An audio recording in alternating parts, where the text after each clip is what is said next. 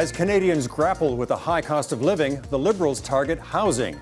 But does their economic statement deliver? I'm Eric Sorensen, sitting in for Mercedes Stephenson. Welcome to the West Block. The Finance Minister unveils a modest fiscal update. Billions of dollars for housing while keeping a lid on government spending. Can the Liberals do both? I speak to Treasury Board President Anita Anand. And our Inside Politics panel weighs in on the opposition reaction and why the Conservative leader is on the defensive about a trade deal with Ukraine.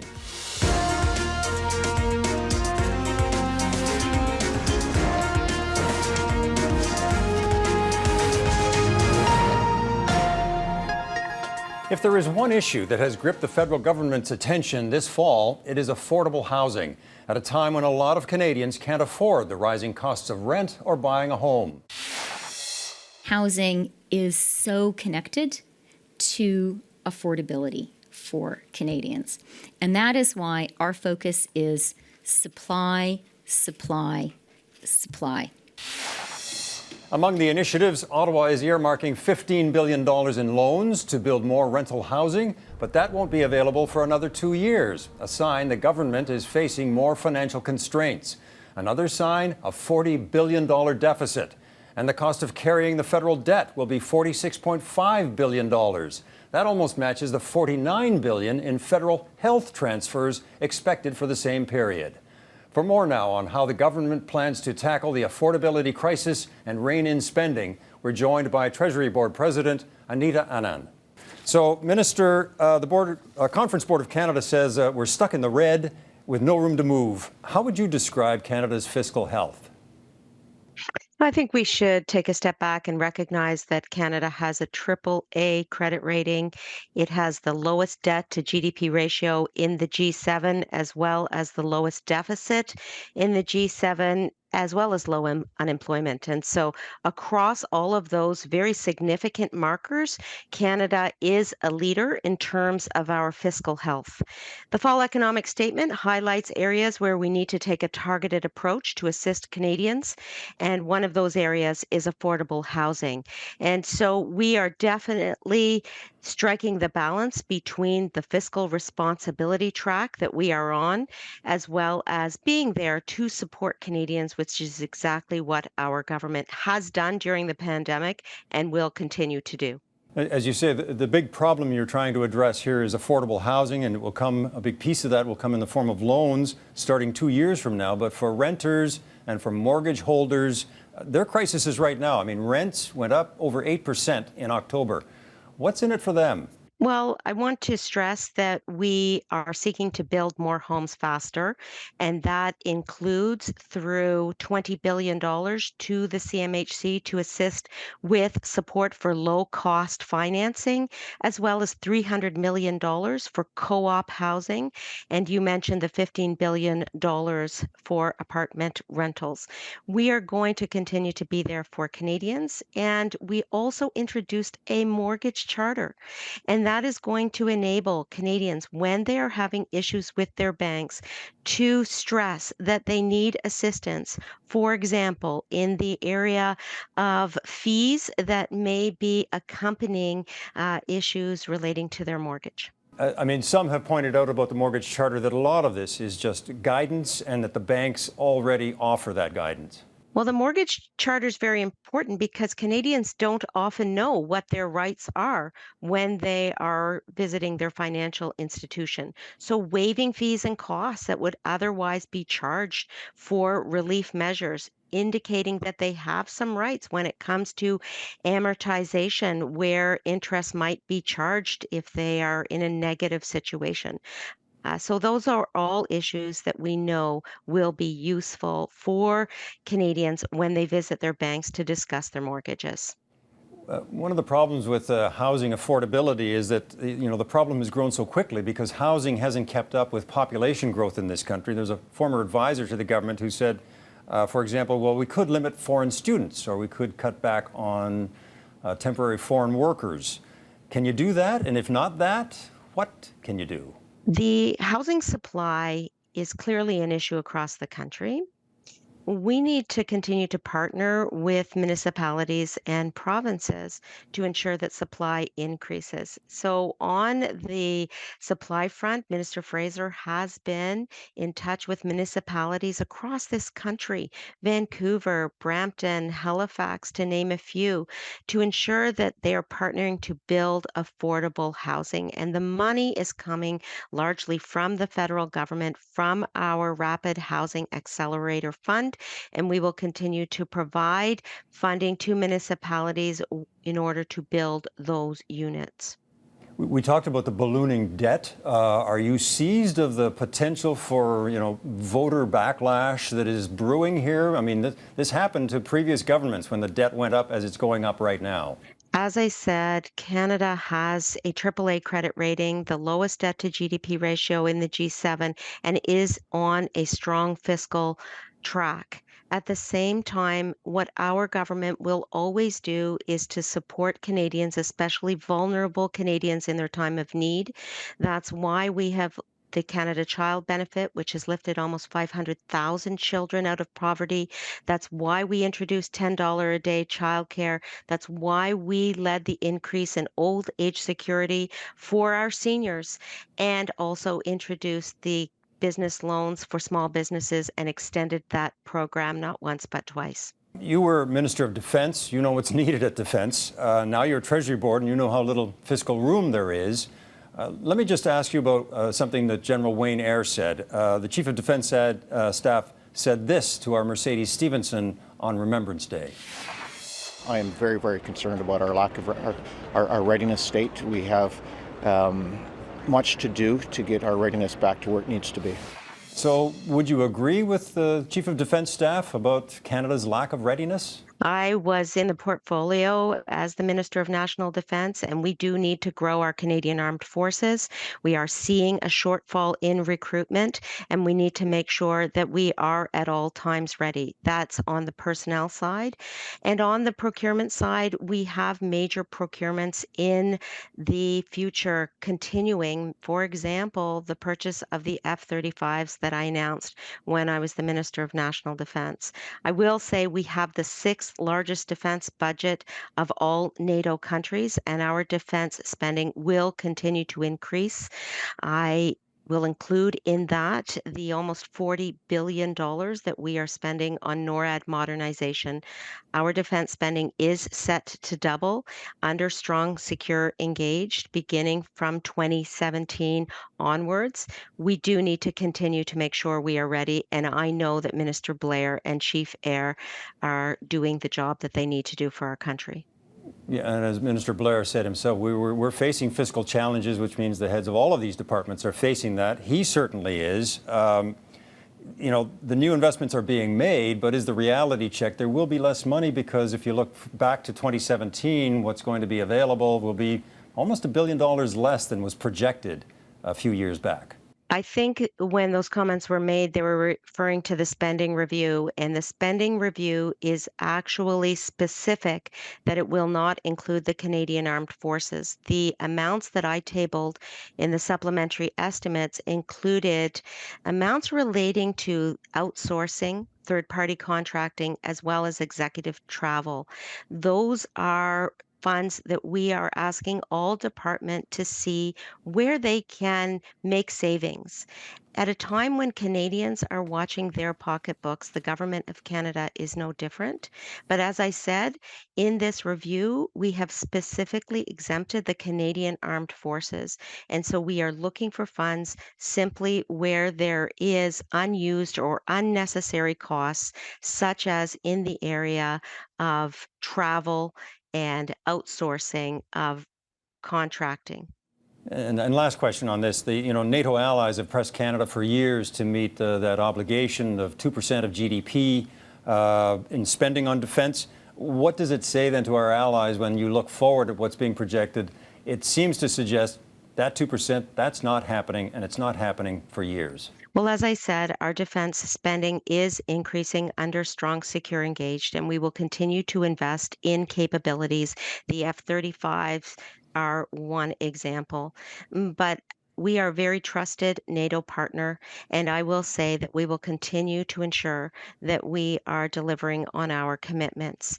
The supplementary estimates that I laid on the table recently also included increases for the Canadian Armed Forces compensation and benefits in the amount of approximately $500 million, as well as $500 million for Ukraine. So those are priorities for us as well, and we will continue to do what we need to during this fiscal period. It's not an easy job for you these days in that portfolio, I would think, managing the purse strings for the government. It certainly is an economic period where we need to watch our purse strings as well as to make sure we're delivering on the priorities that are so important for our country. We are in a changing global strategic environment, and we will continue to ensure that we deliver for our country. And in terms of our NATO obligations, as I said, we have the sixth largest budget of all NATO countries. We need to continue to be committed to our multilateral obligations, obviously, as well as to the situation here at home. Minister Anand, thank you very much. Thank you so much. Up next, we dig into the Conservatives' decision not to support an updated trade deal with Ukraine.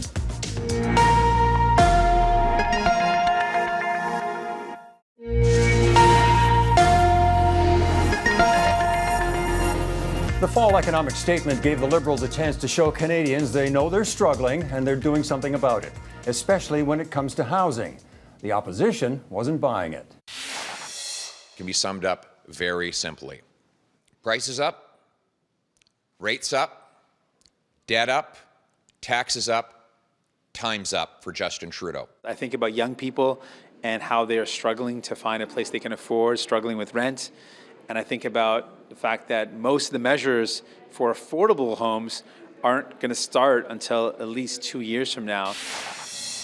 To talk about the politics behind this and the other big political stories swirling in Ottawa, the Conservatives' opposition to Canada's free trade agreement with Ukraine, we're joined now by our Inside Politics panel, the Globe and Mail's Ottawa Bureau Chief, Robert Fife, and the Toronto Star's Stephanie Levitz. Stephanie, the economic statement showed the government is kind of boxed in on spending. I mean, it just more or less stated that. I mean, they're trying to signal prudence on the one hand, but we've got your back on the other. What do you think it accomplished? I think it accomplished them coming up the middle. When both of your opponents are saying you've done something wrong, perhaps in the eyes of the government, it means you've done something right. You've not gone too far in one direction or too far in the other direction. The challenge facing the Liberals is that with all of the spending measures that governments announce, it's pretty rare to ever be able to have something that you can roll out the door tomorrow. COVID was an exception in terms of the pandemic benefits, but ordinarily the governments like to frame spending as investment. The challenge, of course, for the Liberals right now is with Canadians facing an everyday, imminent cost of living crisis. They're looking to the federal government and saying, well, what are you doing for me today? And the government's argument that, listen, what we're doing is not spending money, because if we spend money, it's going to make inflation worse. That's a bit of an esoteric argument for most Canadians to grasp in their hands. Bob, do you think they're hitting that sweet spot, or is it if both sides are saying, it really means no, nobody likes what you're doing right now? Well, look, the Liberal government, this Liberal government has not had a very good track record when it comes to controlling spending. We've spent, since 2019, spending has jumped $100 billion to $526 billion. Now, part of it, of course, had to do with the pandemic, but a lot of it hadn't, because that spending is gone now, and yet we're still spending that kind of money. And the idea that after the election campaign, which we expect in 2025, or perhaps next year, next fall, that they're going to be under 1% of GDP in terms of spending, I think I wouldn't put a lot of money on that. Just think about them as they head into an election campaign. They're going to want to spend, because this is in their DNA. Are they going to be able to hold to those fiscal anchors that Ms. Freeland put out in her economic statement? I wouldn't bet the farm on it. Can they bet the farm on having the NDP support in the near term and all the way through to 2025? Well, one of the things that's interesting about the fiscal guardrails that Bob just alluded to is the fact that it leaves no room for a multi-billion-dollar program known as National Single-Payer Pharmacare. And the New Democrats have been pretty clear that this is their line in the supply and confidence agreement they have that props up the Liberals. The deal states that there has to be It originally stated there needs to be a pharmacare system in place by the end of this year. That has basically been dialed back to some kind of legislative framework in place by the end of this calendar year. We still haven't even seen that, and the number of sitting days to introduce such a bill rapidly ticking down. But the New Democrats have, begun letting it known sort of around Ottawa, I think, that they can rip up the supply and confidence deal agreement at any time. It doesn't mean necessarily the government will fall. It means that everything becomes on a case-by-case basis in terms of will the New Democrats vote in support of the government or will they not. And perhaps politically, that's in fact a better place for the New Democrats to be. Instead of having everything that they do, every criticism that they levy at the government is met with a, well, okay, except you're supporting them. Bob, are the Liberals right now, the caucus and Liberals generally, they're anxious about the polls? Are they anxious enough about their leader and the polls to do anything about it? I don't think we're there yet with the caucus. I think we'll have a better idea in the new year if those polls continue to be where they are right now, with the Liberals 14 points behind the Conservatives. I think those questions will begin to be asked more and more. This week, however, has been actually a good week for the Liberals. They came out of the economic statement without a lot of criticism. And, Pierre Poilievre played into their hands later this week on Ukraine and on another issue involving him coming out of the door right away and suggesting that there was a terrorist act behind what happened in Niagara Falls, and then claiming it was CTV that said that when it looks like it was Fox News. But so they've actually fought back this week against Mr. Poilievre, and I think they feel pretty good about how they've handled that. Stephanie, Mr. Poilievre now has been the leader of the opposition for 14 months, pretty tight in its messaging over those 14 months, not a lot of missteps. And then we had this vote, first of all, on Ukraine. It's upset with provisions to promote the carbon tax when there's really nothing that insists that a carbon tax be imposed by Ukraine. What's behind that response?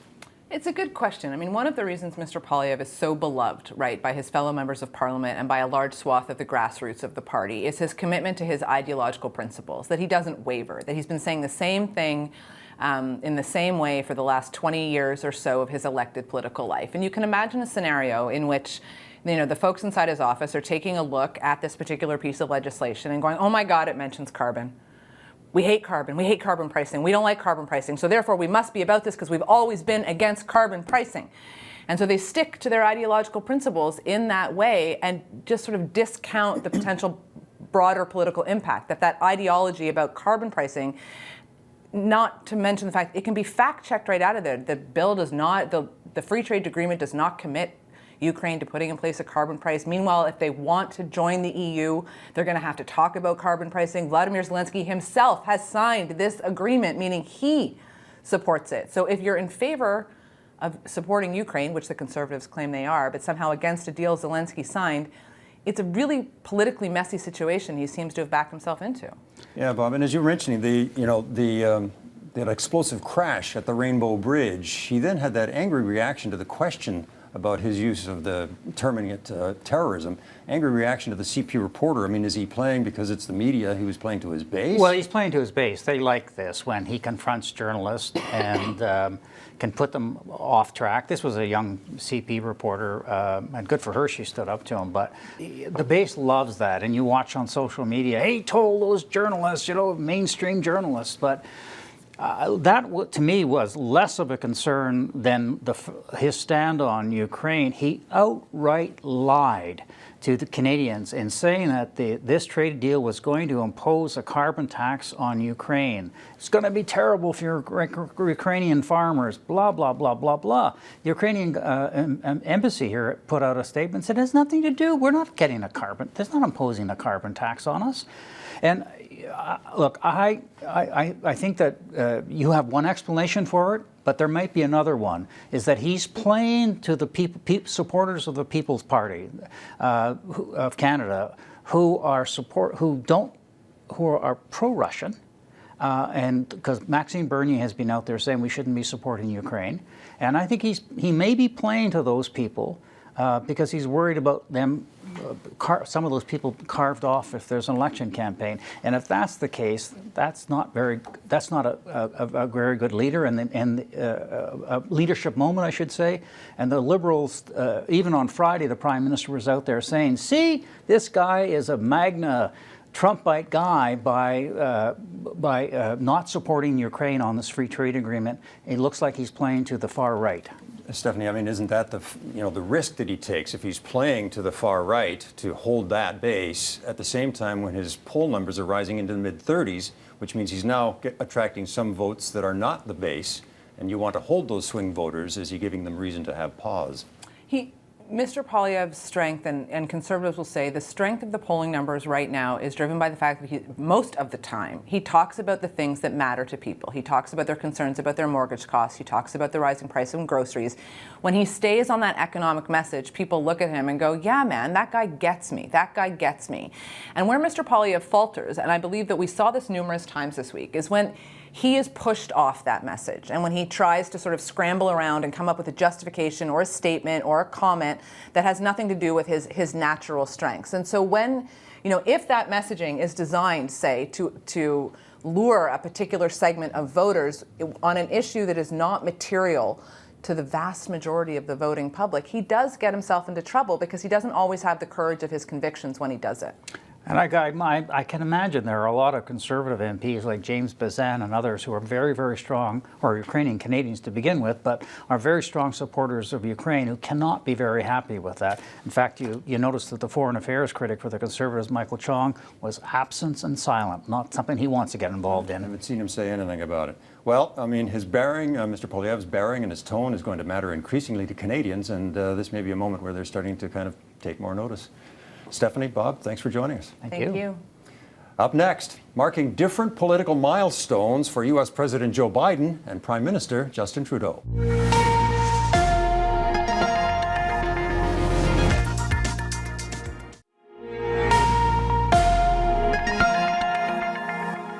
Now for one last thing, a pair of milestones were passed this month that will do nothing to ease the hand-wringing that is gripping the governing parties in Washington and Ottawa as they look ahead to re-election. Joe Biden just turned 81. Remember when he was a youngish 74 a few years back? Well, now he's older, and the paralyzing fear in his own party is that even against a candidate who to them is utterly unfit to be president, Biden could lose. And all those candles on his birthday cake didn't help. Justin Trudeau is only 51, but he too has passed a milestone, 8 years as Prime Minister. And the last 5 prime ministers who got this far did not survive the next election, forced out by their own party or by voters. Sitting in the wings at the 8-year mark, all prime ministers in waiting. Trudeau is the 6th to reach 8 years, which historically puts Pierre Poilievre on deck at an opportune moment. And that is giving Liberals high anxiety. Liberals here and Democrats there are understandably worried about sinking approval ratings for Trudeau and Biden. Voters in many countries are restless with their governing parties. And while age 51 is a long way from 81, incumbency has its own way of aging political leaders. That's our show for today. Thanks for watching. We'll see you next Sunday.